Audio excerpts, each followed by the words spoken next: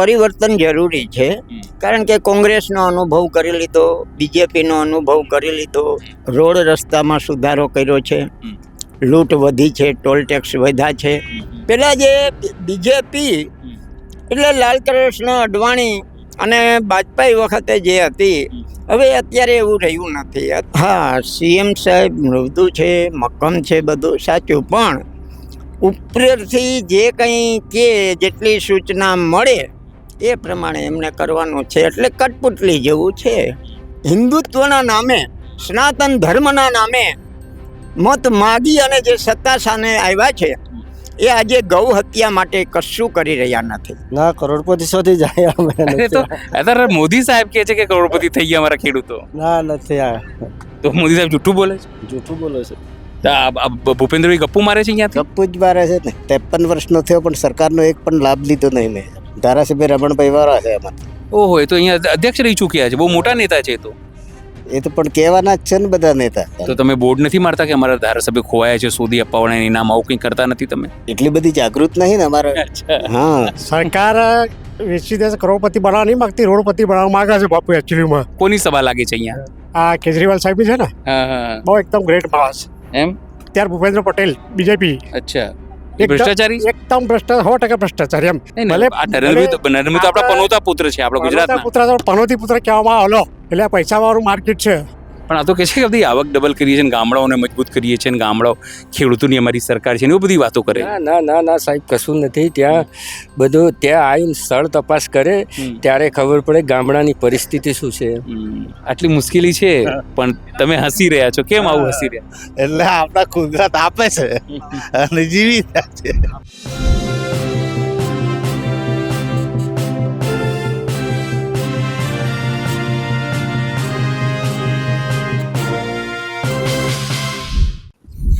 અમે અત્યારે ગાંધીનગરમાં છીએ. ગાંધીનગર મહાનગરપાલિકાના જે રામકથા મેદાન છે ત્યાં છે. આપણી સાથે એક દાદા છે જે પત્રકાર પણ છે, આપણે એમની સાથે વાત કરીશું. તેઓ કેજરીવાલની સભામાં આવ્યા છે. દાદા, શું નામ છે આપનું?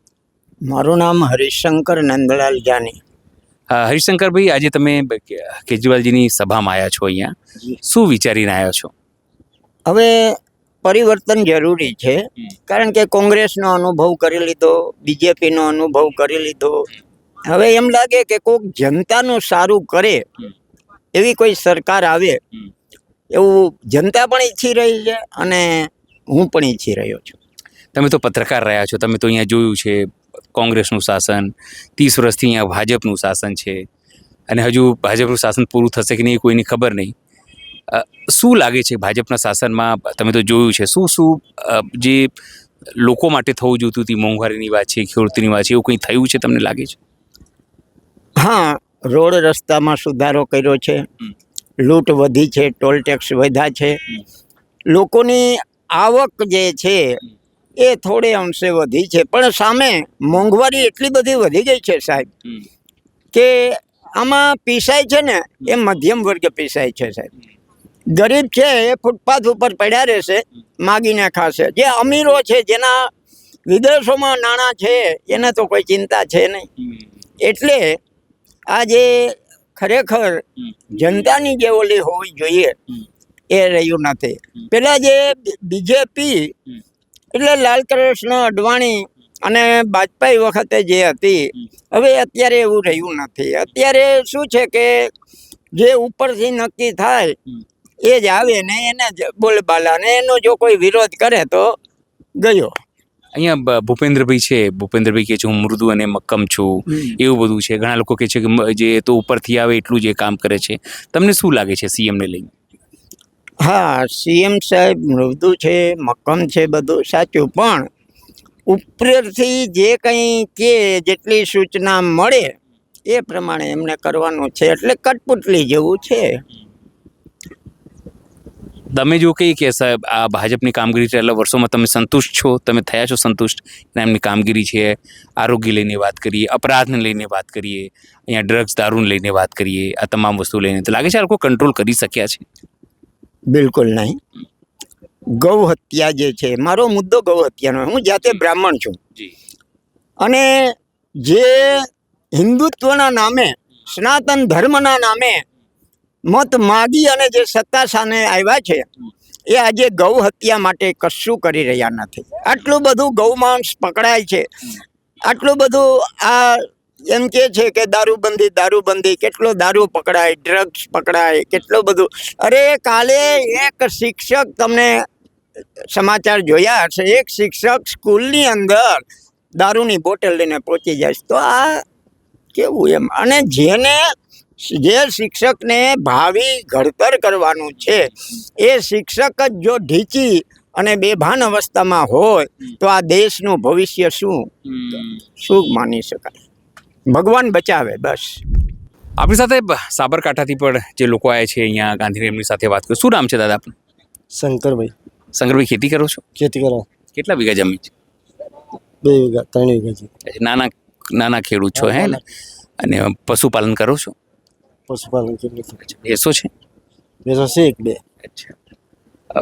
ખેતીની વાત કરીએ તો તમારે ત્યાં સાબરકાંઠામાં બી વડાપ્રધાન આવે છે, બધા કહે છે કે ખેડૂતોની આવક અમે બમણી કરી દીધી છે ને રાહત આપીએ છીએ ને 2000 રૂપિયા આપીએ છીએ ને ખેડૂતો સમૃદ્ધ છે. તો આવું કંઈક છે? ના, એવું કશું નથી. ખેડૂતો સમૃદ્ધ નથી થયા? પેલા હાથે વાત કરાવો. ના, સમૃદ્ધ તમે થયા છો? કમાણી કરોડપતિ થયા છો તમે? ના, કરોડપતિ સુધી જાય અમે. અરે તો અત્યારે મોદી સાહેબ કહે છે કે કરોડપતિ થઈ ગયા અમારા ખેડૂતો. ના, નથી આ. તો મોદી સાહેબ જૂઠું બોલે છે? જૂઠું બોલે છે. એમ? હા. દિલ્હીમાં બેસીને જૂઠું બોલે? હા, ખરેખર જૂઠું. કોઈ દેવા માફ કરવાનું કે એ માફ કશું માફ નથી થયું અમારે. પણ એ તો કહે છે ને દેવા માફ કરીશું ને બધું કહે છે ને લાભ આપીશું. સાણે આપી લાભ. કંઈ નથી મળ્યું તમને? કશું નહીં મળ્યું અમારે. અહીંયા ગાંધીનગરથી તો ભૂપેન્દ્રભાઈ કહે છે કે અમે બધું લાભ આપીએ છીએ ખેડૂતો. નથી આપ્યો અમે. અચ્છા, અહીંયા શું કરવા આવ્યો છો? આ ભગવો પહેરીને આવ્યો છો તમે અહીંયા કેજરીવાલમાં? હા. એટલે તો ભગવો પહેરીને હતા કે આ ભાજપના એજન્ટ લાગે છે, અહીંયા આવી ગયા છે ભગવો પહેરી. ગમે તે એવું નહીં. શું નામ છે આપનું? હા, ભગવાનભાઈ. અરે વાહ, ભગવાન આવ્યા છે પોતે અહીંયા કેજરીવાલ ત્યાં. ભગવાનભાઈ. ભગવાનભાઈ, ખેતી કરો છો તમે? હા, ખેતી કરો. કેટલા વીઘા જમીન છે? કેટલા વીઘા? અમારે 2-3 વીઘા છે. 2-3 વીઘા જમીન છે. ખેડૂતોમાં ખેતીમાં પોસાય છે બધું અત્યારે? તો નથી, પણ હવે શું થાય, નહીં પોસાતું. આ બધા કહે છે ખેડૂતો કે મોંઘવારી નડે છે ને ખાતરના ભાવ વધ્યા છે ને પોટાશ ને એને બધું, તો કેટલું મુશ્કેલી પડે છે અત્યારે ખેતીમાં? ઘણી મુશ્કેલી પડે છે. આ આવક ડબલ કરવાની વાત કરતા હતા આપણા વડાપ્રધાન સાહેબ. થઈ છે તમારી લોકોની ડબલ આવક? ના, કોઈ ડબલ નથી થતી. કોઈ નથી થતી. ઉપરથી નુકસાની આવે છે. એમ? આ લોકો કહે છે અમે 2000 રૂપિયા આપીએ છીએ ને બધું કહીએ છીએ ને આ મળે છે તમને? ના, નથી મળતા 2000. એ બી નહીં મળતા? ના, નહીં મળતા. તો પછી કેવી રીતે ખેતી કરો છો આટલી મુશ્કેલીમાં? આ તો મહેનત મજૂરી કરીને, જે તે પશુપાલકમાં મહેનત કરીએ ને એ કરીને હેડાડીએ. ખાલી ચલાવો છો? ચલાવીએ. આ સંસાર ચાલે એવું. એ બચત કંઈ થતી ના નથી? રે, કોઈ બચત નહીં.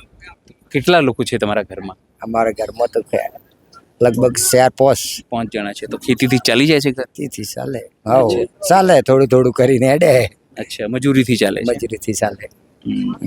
એટલે ખેડૂતો હવે મજૂર થઈ ગયા જેવું લાગે છે? હા, મજૂરી જેવા છે. મજૂરી. દાદા, ક્યાંથી આવ્યો છો આપ? સિયાસણ, તાલુકો ઈડર, જિલ્લો સાબરકાંઠા. એટલે બધા સાબરકાંઠાના જ છો એમ? સાબરકાંઠાની વાત કરીએ તો તેમાં તમારા ખેતીમાં કેવા પ્રકારની મુશ્કેલીઓ પડતી હોય છે? ખેતીમાં તો ખાતર નથી મળતા, ટાઈમે પાણી નથી મળતું, પાણીનો અભાવ છે, ખાતરનો અભાવ છે. એટલે તમે નામ શું કીધું તમારું? અસારી બાબુભાઈ વિરકીભાઈ. બાબુભાઈ, તમે ગાંધીનગરમાં આવ્યા છો, પાટનગર છે, અને તમે કહો છો કે ખાતર નથી મળતું. આ ભૂપેન્દ્રભાઈ તો અહીંયા જ બેચે છે સામે, કે છે અમે બધું મોકલીએ છીએ. અહીં તો કહેવાનું છે બધું સાહેબ. ત્યાં અમારે કેવી મુશ્કેલી છે અમે જ જાણીએ.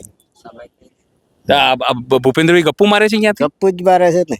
આ નરેન્દ્રભાઈ કહેતા હતા કે તમારા તો પશુપાલકો કરોડ રૂપિયા કમાય છે અને ખેતી મારુતિ લઈને જાય છે ખેતી જોવા. મારુતિ લાયા છો તમે અહીંયા ભીડમાં? મારુતિ કઈ નહીં. પશુપાલન કરીએ અમે, દૂધ લઈને જઈએ એટલે ત્યાં ફેટ નથી આપતા, પૂરતો ભાવ નથી મળતો અમને. બરાબર. તો કઈ રીતે નિભાવવાનું અમારું? ઢોરને જે પગાર મળે એ તો ઢોરના ખાવામાં જ વપરાઈ જાય છે, ઘર ખર્ચ માટે કઈ રહેતું જ નથી. એવી પરિસ્થિતિ છે અમારે. એટલે આવક ડબલ ની વાત બધી વાતો પોકળ વાતો છે બધી. કોઈ આવક ડબલ નહીં થતી. જેમ તેમ કરીને ગુજરાત ચલાવીએ છીએ અમે, ખેત મજૂરી કરીને. એવું છે અમારે. તો કેમ પછી આ લોકો આવી રીતે બધી બોલે છે કે 2000 રૂપિયા આપીએ છીએ 3 મહિને ને 4 મહિને? એ તો સાચી પરિસ્થિતિ જે તે સ્થળે જઈને સ્થળ તપાસ કરે તો ખબર પડે સાહેબ. હા, આ લોકો કઈ રીતે જીવન ગુજારી રહ્યા છે. કેટલા લોકો છે તમારા ઘરમાં? મારા ઘરમાં 5 માણસ છે. અચ્છા, ઘર કેવી રીતે ચલાવો છો પછી? ઘરમાં ખેત મજૂરી કરીને. અચ્છા, અમારે પોતાની જમીન તો મારે તો પોતાની 8 ગુંઠા જ જમીન છે.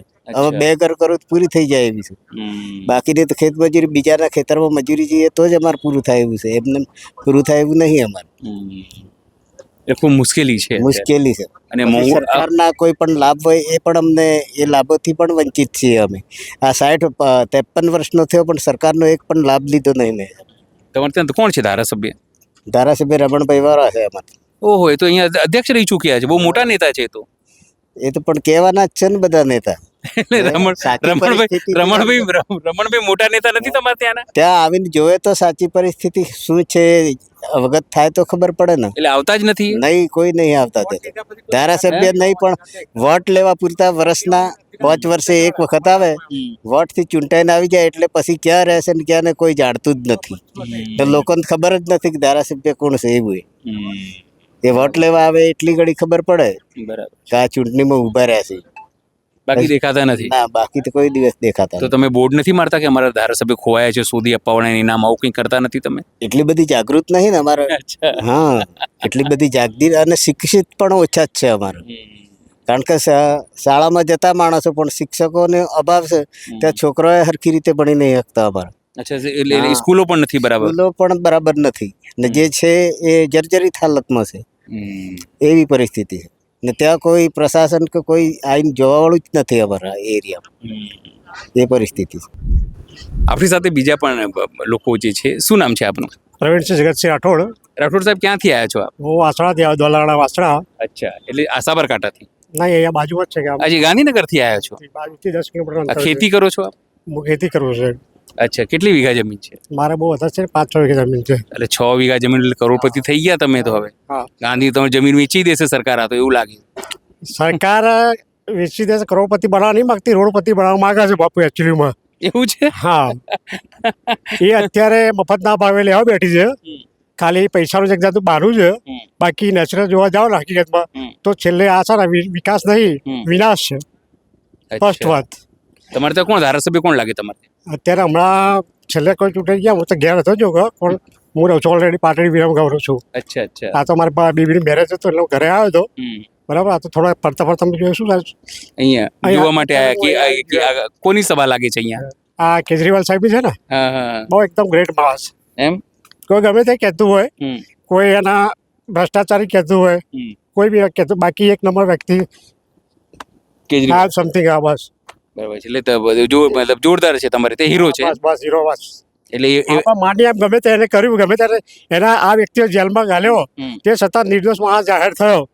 એટલે આ લોકો આ મતલબ ભ્રષ્ટાચારી નથી. હામેની પાર્ટી અત્યારમાંથી ચાલી રહી છે, પોતે જ ભ્રષ્ટાચાર છે. કોણ ચાલી રહી છે સામે? અત્યારે ભૂપેન્દ્ર પટેલ, બીજેપી. અચ્છા, ભ્રષ્ટાચારી? એકદમ 100% ભ્રષ્ટાચારી. એમ કેસા શું કરાશું, અલગ આખું પદ્ધતિ અલગ છે બધી.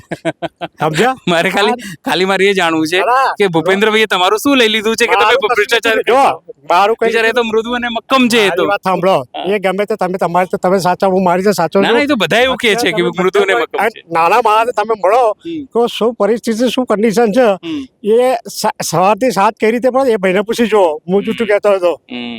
7 કઈ રીતે સવારે ઉઠે ને ત્યારથી એનો ખર્ચો થાય, ઊંઘે ને તો બી એના મનમાં વિચાર છે સવારથી તો હું શું કરીશ. આ સરકારને કંઈ દેખાય છે? તમે જ કહો. આ ગાય બેસવાનું અત્યારે તમે આપણા તાપમાં મજૂરી કરે છે, 30-40 રૂપિયા, 45 છેલ્લા તો 40 રૂપિયા દૂધ લઈ લે છે. બરાબર. અને અત્યારે પાવડર દૂધ તમારે 70 રૂપિયામાં દૂધ વેચાણ ચાલે છે. તો તમે આ પાવડર દૂધ મોંઘું કે પેલું નેચરલ દૂધ મોંઘું? તો સ્વાભાવિક નેચરલ દૂધ મોંઘું હોવું જોઈએ ને. નેચરલ હોવું જોઈએ ને. બિલકુલ. હે અત્યારે રોગચાળો ફાટી ગયો કારણ આ જ છે. તમે આ લોકો સરકાર બરાબર નથી ચાલતી એવું છે? 100% 110% મને કેમ કોઈ તો હું આમે સાથે તમને કહી દઉં. શું આ નરેન્દ્રભાઈ દિલ્હીમાં બેસીને બધું કહે છે કે અમારા બધા બણગા છે, એકદમ 100% એ બી બણગામાં આવે છે. ભલે નરેન્દ્રભાઈ તો આપણા પનોતા પુત્ર છે, આપણા ગુજરાતના પુત્ર, પનોતી પુત્ર કહેવામાં આવે. હા, કોઈ જાતો કોઈ વિકાસ છે ને. જમીનો લઈને તમે શું માનો છો? આ ફ્લેટ તૈયાર કર્યા માનો છો? ફ્લેટનું તમારું ડોક્યુમેન્ટ કયું, તમારું તમારો આધાર કયો? તમે 50 કરોડ તમે ફ્લેટ તમે લો, બે રૂમ સંડાસ બાથરૂમ, 50 રૂપિયા ચલા 50 લાખ તમને આપી દીધા. તમારું ડોક્યુમેન્ટ કોઈ ખરું? છેલ્લે નીચે શું લખે ખબર છે? આધાર પેલું લખે તમારા આ લીગલી તો નહીં. ફર્સ્ટને આધીન કહેવાય બરાબર કે અમારો છેલ્લો જે નિર્ણય હશે એ નિર્ણય પર થશે. બિલકુલ બિલકુલ 100%. સમજ્યા? 100%. હવે તમે ખુદ વિચાર કરો કે વાત સાચી ખોટી હોય તો મને કહો કે વસ્તુ ખોટી છે એમ. ના ના 100% શું? તમારી વાત. અત્યારે માં જો ખેતી હશે તો ખેતી કરશે, હમ, 5 વર્ષ વધારે લંબાશે. હમ, અને ખેતર નહીં હોય હમ. તો 5 વર્ષ છે ને એક વર્ષ કાઢવું પડી જશે. હમ, શું? પૈસા મહત્વના નહીં. હમ. આજે ક્યાં કે સ્માર્ટ સિટી બનાવવા કે સ્માર્ટ સિટી છે જ નહીં. સ્માર્ટ સિટી કરવા માટે એના માટે બધું યોજના પહેલેથી ઘડવી પડે. આ લોકો સ્માર્ટ સિટી બનાવે છે કોઈ. સ્માર્ટ સિટી જો કે છે જ નહીં હમ. એવું કહે તો એ બી ચાલે. સ્માર્ટ સિટી છે જ નહીં. આના કરતાં ગામડું લાગે છે સારું. એટલે આ લોકોએ બગાડી દીધું છે એવું છે. બિલકુલ એકદમ બધું આપણા તપડી થઈ ગયું છે એમ. હમ, હવે વિચાર કરો નાના માણસ તો તમે જ વિચાર કરો નાના માણસ ધંધો કરી છે હમ. બરાબર છે. હવે આના માટે આ લોકો વિચારતા કેમ નહીં કે આપણા નાના માણસો છે એના કે રોજગારી આપી એના કંઈ પર્સનલ ધંધો કરે, પર્સનલ કેબિન બનાવી લે. હે પેલા વિકલાંગવાળા ફર્સ્ટ લાઈન ગલ્લો આપી દેશે પછી વિકલાંગ ચેમ કરીને રોડ ઉપર બેસાડી દેશે તો આ બી માણસ નોર્મલ માણસ છે. બિલકુલ બિલકુલ 100%. હે? અત્યારે છોકરા એજ્યુકેશન કરે છે, ભણે છે, કરે છે, રાત દિવસ ઉજાગરા કરે છે, પછી ભરતીઓમાં જાય છે, હમ. પેપર ફોડી નાખે છે, લાખો રૂપિયા ભેગા થાય. એક ફોર્મના 500 રૂપિયા તમે ગણતરી ડિટેલ તમે મારો તો 10,000 ફોર્મ ભરાય તો 10,000 તમે ટેલિગ્રામ પૈસા કેટલા થયા? હમ. એટલે આ બી એક મોટી સમસ્યા છે. મોટી સમસ્યા છે. તમે કિસાનો જે કહો છો ને કિસાનો હમણાં જે ચોમાસામાં બધું બગાડ થયો ને હમ, હમ, હમ. બધાના ફોર્મમાં પૈસા તો 100 રૂપિયા કાયદેસર લીધા છે ફોર્મ ભરવાના. ફોર્મ ભરવાના. ગામડે કોઈ બી ખેડૂતો તમે ના, પૂછો પણ આ લોકો તો કહેતા હતા કે મફતમાં ફોર્મ ભરવા વીસી મફતમાં ભરશે. એ કશું કઈ વારે નથી.